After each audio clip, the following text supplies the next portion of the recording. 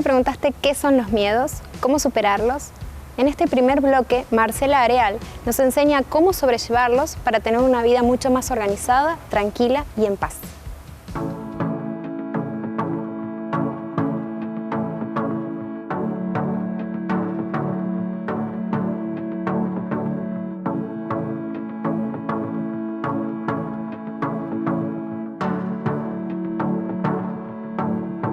Y por otro lado, dispara emociones. Y a nivel emocional, la primera emoción que se dispara ante una crisis es el miedo. El miedo, lejos de ser algo negativo, es algo muy bueno, porque el miedo te hace ver dónde hay un peligro para que vos no caigas presa de ese peligro. Entonces, por ejemplo, el miedo me avisa, si se me acerca un león, el miedo me avisa que me tengo que correr porque si no el león me come. Si no hubiese miedo, que es lo que pasa a veces en los niños pequeños, donde todavía no han desarrollado su conciencia mental y emocional, son un espejito de lo que aprenden de sus papás, de sus casas o en la escuela. Pero un niño no tiene conciencia del miedo, porque está conociendo, ¿no? Entonces, si al tocar algo que está caliente me quemo, ese es el mejor indicador, es la mejor ayuda que me dice que tengo que sacar el dedo, que si no me lo voy a carbonizar. Entonces el miedo es muy bueno, es un mecanismo de defensa que el ser humano tiene y que es muy volátil porque solo el miedo actúa en presente sobre una situación concreta y palpable y tangible. Viene el león, me da miedo, me escapo. ¿Sí? ¿Qué otra cosa más? Hay una amenaza de algún tipo de contagio, por miedo me retraigo y me prevengo de tomar contacto, de tener actitudes que me expongan.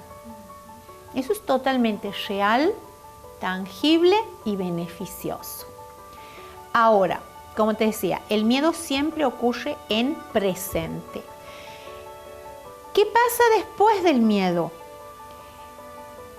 La mente genera un pensamiento de que esto puede seguir siendo igual, sin necesidad de que así sea, y se transforma en temor.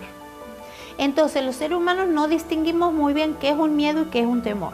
Un miedo, como te digo, pasa ahora, es tangible, vete porque corres peligro y tus recursos son inferiores a la amenaza. Cuando yo desarrollo recursos, la amenaza desaparece y no hay miedo. El temor es ese pensamiento que dispara una emoción que te dice, esto va a ser siempre igual. Y la que se viene después, no sabemos nada. Y mirá si pasa tal cosa, y mirá si en vez de un león vienen 10, y mirá si... Y empezamos a amplificar un futuro totalmente incierto, que es muy probable que no ocurra jamás. Y el temor, a diferencia del miedo, es permanente. ¿Sí? El temor nos secuestra y nos tiene temerosos de lo que puede llegar a pasar.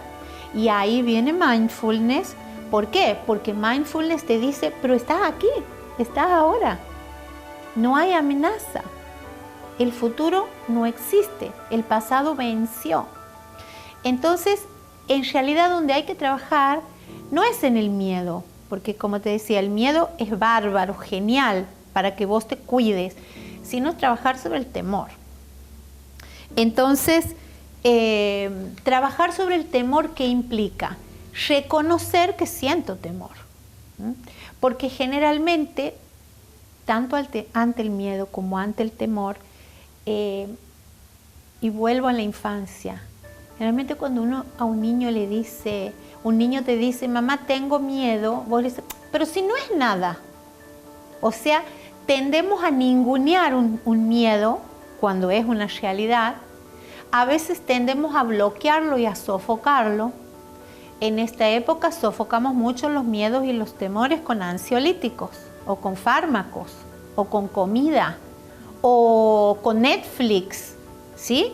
Entonces, para no tener miedo, me como algo chico, para no tener miedo, miro la tele y me abstraigo de lo que pasa afuera.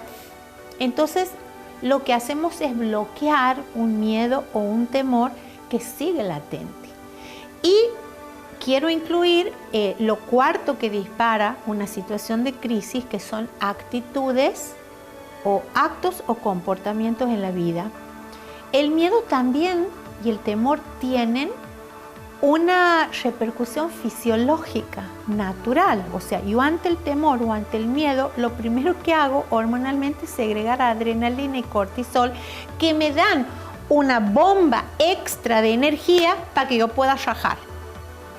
Y hay veces que vos dices, no sé cómo he hecho para salir corriendo, no sé de dónde me han salido la fuerza. Bueno, es esa dosis extra de adrenalina y cortisol. Pero si yo todo el tiempo estoy temeroso, estoy segregando adrenalina y cortisol durante todo el día, el exceso de adrenalina y cortisol lo que hace es minar nuestro sistema inmunológico. O sea, teniéndole miedo a la crisis, en realidad me cuido poniéndome un barbijo, pero mi sistema inmunológico se degrada por el miedo o por el temor.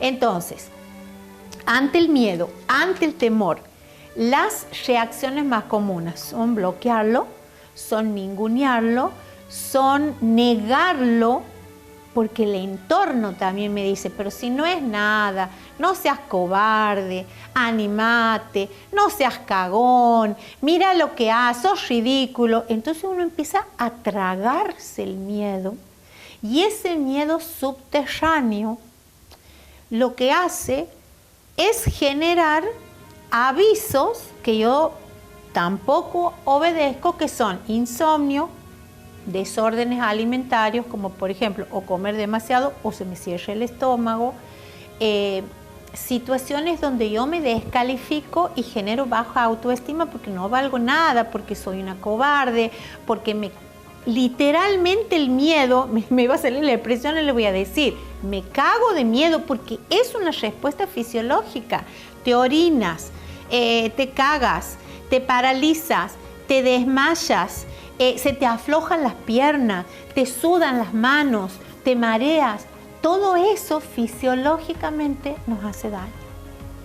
Entonces, un miedo, un temor no atendido está en ebullición como un volcán internamente. Y cuando explota bajo lo que conocemos como un ataque de pánico. ¿Sí? Entonces, ¿qué es lo mejor que podemos hacer con el miedo o con el temor? Acordémonos bien la diferencia. El miedo es ya, el temor es siempre sostenido en el tiempo. Lo mejor que podemos hacer es primero aceptarlo que como humano tengo limitaciones, aceptarlo y atender y asistir a mi temor. ¿Asistir cómo? Nuevamente, haciendo un trabajo consciente sobre mis pensamientos, sobre la forma en que me expreso, asistir y atender y aceptar mis emociones y tomar actitudes y adoptar herramientas que a mí me den recursos para que la situación no me supere. Por supuesto que yo lo puedo describir de una manera muy sencilla, porque esa es la idea, ¿no? Comunicarlo desde lo más llano para que comprendamos que todos podemos ser presa de esta situación, pero del mismo modo todos podemos superarla. Por supuesto que habrá casos extremos que deberán recurrir a una terapia psicológica o algún tipo de asistencia psiquiátrica, por supuesto, pero mientras se mantiene dentro de los parámetros sostenibles, está bueno atenderlo desde esos lugares, ¿no? Desde lo mental, desde lo emocional, desde lo físico.